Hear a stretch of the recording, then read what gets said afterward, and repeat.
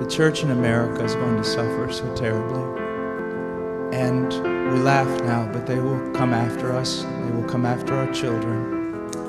They will close the net around us while we are playing soccer mom and soccer dad. While we are arguing over so many little things and mesmerized by so many trinkets. The net even now is closing around you and your children and your grandchildren, and it does not cause you to fear. You will be isolated from society, as has already happened. Anyone who tries to run for office who actually believes the Bible will be considered a lunatic until finally we are silenced. We will be called things that we're not and persecuted not for being followers of Christ, but for being radical fundamentalists who do not know the true way of Christ, which of course is love and tolerance. You'll go down as the greatest bigots and haters of mankind in history. They've already come after your children, and for most of you, they got them.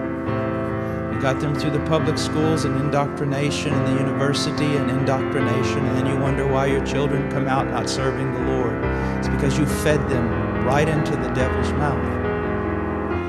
So little by little, the net is closing around, and then it's not little by little. Look how fast things are going downhill just in a matter of weeks. Matter of weeks. But at the same time, know this. Persecution is always meant for evil, but God always means it for good. And is it not better to suffer in this life, to have an extra weight of glory in heaven? You must settle this in your mind. This is the one thing I want to say over and over. Do not believe. Down through history, you have a wrong idea of martyrdom and persecution. You think that these men were persecuted and martyred for their sincere faith in Jesus Christ. That was the real reason, but no one heard that publicly. They were martyred, and they were persecuted as enemies of the state, as child molesters, as bigots, as narrow-minded, stupid people who had fallen for a ruse and can contribute nothing to society. Your suffering will not be noble. So your mind must be filled with the Word of God when all people persecute you and turn on you.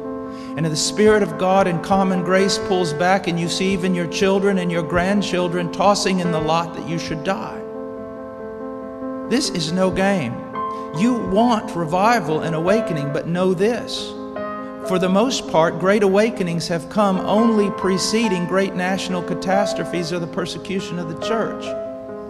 I believe God is bringing a great awakening, but I believe that He is raising up young men who are strong in trust in the providence of God to be able to wade through the hell that's going to break loose on us. And it will be on us before we even recognize it. Unless in God's providence, He is not done. He is not done. Now note, this is not silly talk. Apart from a great awakening, these things are going to come upon you. Be ready to lose your homes, your cars, and everything.